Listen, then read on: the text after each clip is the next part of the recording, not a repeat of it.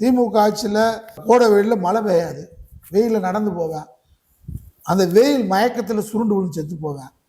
திமுக ஆட்சி தான் காரணம், ஸ்டாலின் தான் காரணம் அப்படின்னுவேன்.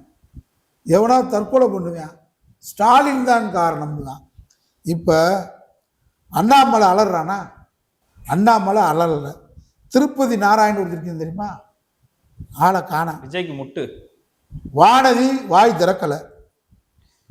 நயினாரா காணவழி நாளைக்கு விளம்பரம் கொடுக்க வேண்டியதான்.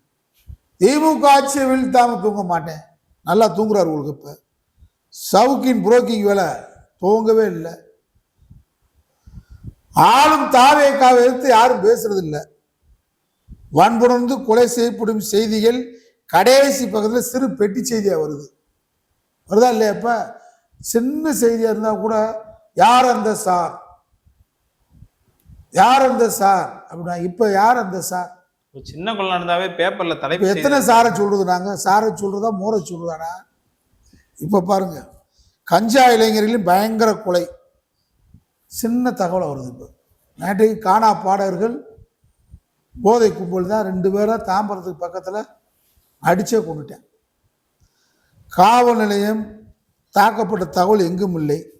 நிறைவேற்றப்படாத வாக்குறுதிகளை இயல்பாக்குகிறார்கள். ஆமாம், இப்போ தானே ஆட்சிக்கு வந்திருக்காரு அண்ணன் தளபதி வந்து. இப்போ திமுக ஆட்சிக்கு வந்துருந்தா 8000 கூப்பன் இந்நேரம் வீட்டுக்கு சாமியா வந்து இறங்கியிருக்கேன், 2000 ரூபா கிடைச்சிருக்கேன். எடப்பாடி வந்திருந்தாலும் 10,000 ரூபா கிடைச்சிருக்கான். 10,000 ரூபாய்க்கு அவர் பொருள் கொடுக்குறேன்டார்ல, 10,000 ரூபா கிடைச்சிருக்கான். 2000 ரூபா அவரும் கொடுத்துருப்பாரு. இப்போ இல்லை ஒன்று ஏதாவது சொல்லுவாங்க, இவருங்க இருக்கிறது கொஞ்சம் நொல்ல கண்ணான்ற மாதிரி, நல்ல கண்ணு கெட்டு கெட்ட கண்ணு கெட்டு நொல்ல கண்ணு மாதிரி உட்காந்துருக்காங்க மக்கள். இந்த 1000 ரூபாயை ஸ்டாலின் அறிக்கை கொடுத்ததுக்கு பின்னாடி, நாங்கள் நிறைவேற்றிய திட்டத்தை அமல்படுத்து அறிக்கை கொடுத்ததுக்கு முன்னாடி விஜய் 1000 ரூபா கொடுத்துருக்காரு. திமுக ஆட்சியில் கொடுத்த 1000 தான் வந்திருக்கு. திமுக வந்து 8000 கிடைச்சிருக்கேன், இந்நேரம் கொடுத்துருப்பாங்க.